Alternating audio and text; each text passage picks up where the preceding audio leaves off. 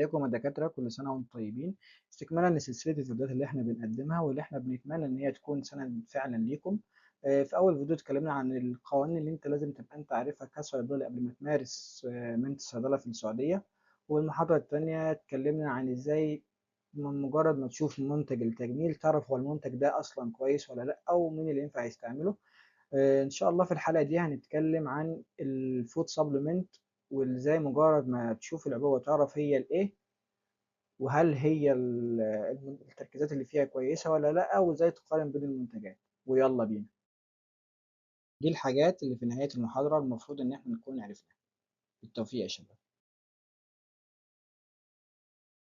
طب انت عمال تقول لي سبلمنت سبلمنت، طب ايه هي اصلا الفرق بين الدواء والسبلمنت؟ هو باختصار شديد الفرق بين الدواء والسبلمنت ان الدواء بيبقى معمول عشان يعالج مشكلة معينة موجودة عند الإنسان، وبناء عليه فالدول بعد حادثة الثalidomide قررت إن ما فيش دواء ينزل للسوق إلا بعد ما يكون في ريستريكشن هم حاطينها، منها الكلينيكال ترايل وشروط معينة هم حاطينها، بحيث إن الدواء يكون آمن وفعال على المرضى، مش المريض يستعمل الدواء وبعدين يتفاجئوا إن هو في منه مشاكل معينة.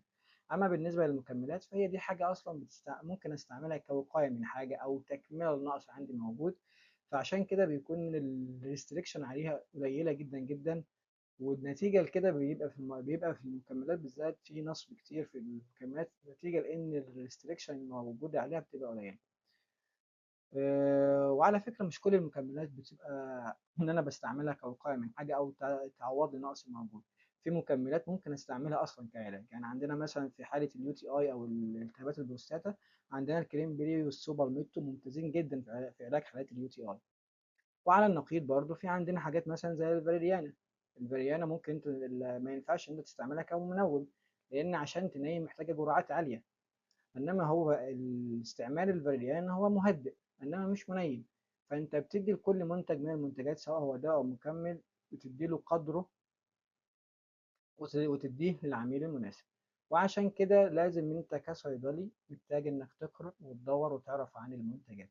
من هنا بنعرفك ازاي مجرد ما تشوف المنتج جديد انت ما انتش عارف عنه حاجه تقدر تقيمه، تعرف هو الايه. لكن انت الاساس عندك لازم ان انت يبقى عندك البيزك نولج عشان تقدر تقيم المنتج مظبوط.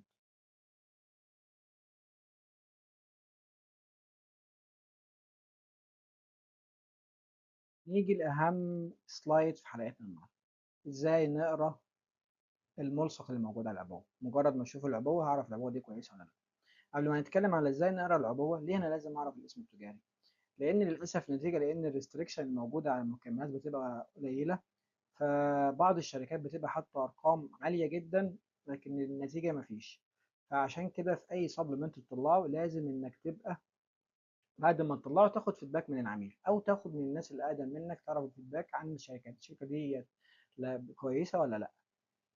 فعشان كده لازم الاسم التجاري وبلد الصنع تبقى انت تعرفهم، لان بناء عليه هيبقى جزء مهم جدا من التقييم، جزء لا يستهان به. نيجي بقى نتكلم على السبلمنت فاكت وازاي احنا نعرفه. اول حاجه هنيجي نبص هنا بقول لك ان السيرفنج سايز 2 جرام، يعني المعلومات الموجوده دي كلها موجوده في حبايتين. وبيقول لك ان السيرفنج بير كونتينر، بيقول لك ان الكونتينر ده فيه كام جرعه؟ فيه 30 جرعه. يعني العلبه دي فيها كام؟ العلبه فيها 60 حبايه، لان الحبايه الجرعه حبايتين مش حبايه واحده. يعني نيجي بقى على المهم، هنا ده بيبقى الفيتامينات والمعادن او مكونات العبوه. هنا بتبقى موجود كده نسبها بالجرام. هنا بيقول لك النسب اللي بالجرام دي بتمثل احتياج كام في المية من احتياجك اليوم. فمثلا عندنا مثلا التوتال شوجر بيقول لك ان هو 2 جرام. فده معناه ايه؟ ان ده كويس جدا لو مريض سكر، لان ده قليل جدا بيمثل 1% من احتياجه اليومي. فده بيمثل مثلا تفاحية، نص تفاحية مثلا. في برضه كمان من الحاجات المهمة لازم تعرفها الشكل الصيدلاني. يعني بيقول لك ان احنا في عندنا فيتامين ايه. فيتامين ايه بيقول لك ان هو از بيتا كاروتين، ما ممكن يكون كاريتينول او ريتينال او ريتينوليك اسيد. فهو ده طب الشكل الصيدلاني هيبقى مهم بايه؟ يعني مثلا الريتينول هيبقى ليه تيرابيوجينيستيك افكت، انما البيتا كاروتين هيبقى امن للحامل. فدي بناء على البيزك نولوجي الموجوده عندك هتعرف تميز هو المنتج ده كويس ولا لا. وهو كان بيمثل 43% من الاحتياج اليومي، فده مناسب. الباقي بقية الفيتامين هياخده من الطعام، فدي نسبة كويسة مش وحشة. فيتامين سي 100%، ده نسبة كويسة جدا لفيتامين سي. في برضه المنتج ده ما فيش فيه هيربل. لو فيه هيربل وحاجة اكستراكت موجودة، بيبقى موجود حاجة نسبة الستاندرديزيشن بتاعها. هل هي فنسبة الريسبونسيشن دي مهمة ليه بقى؟ ليه مهمة؟ لأن هي ممكن يبقى التركيز عالي جدا، لكن نسبة المواد الفعالة الموجودة بتكون قليلة جدا جدا. فلازم تبقى أنت عارف نسبة الاستمرارية، هو بيبقى كاتبها لك موجودة عندك. شرح للمثال السابق، بس في نقطة نسيت أتكلم عنها في السلايد اللي فاتت. خلي بالك إن اللي بيقول لك إن المعلومات دي موجودة في حبايتين. فلو في منتج تاني الحاجات نفس التركيزات أو تركيزات أقل شوية، شوية حاجة بسيطة، بس موجود في حباية واحدة، فالمنتج التاني هيكون أفضل. فخلي بالك لما تيجي تقارن منتجين ببعض، شوف هو السبلمنت فاكت موجود في حباية ولا في حبايتين، لأن ده هيساعد جدا في التقييم. دي تكملة للشرح، بيتكلم عن الفيتامينات والاستعمال.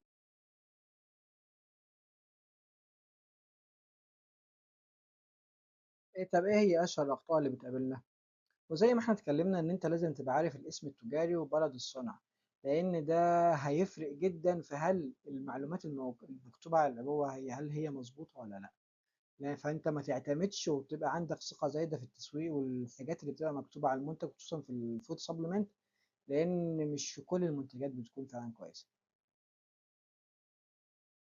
وبكده يبقى احنا وصلنا لنهاية حلقة النهاردة، أتمنى تكونوا انتوا استفدتوا. ولو في أي تعليق ممكن تكتبوه في الكومنتات أو تبعتوا لي على الواتساب، ولو محتاجين أي حاجة تانية نتكلم عنها ممكن تبعتوا لي برضه. بالتوفيق يا شباب.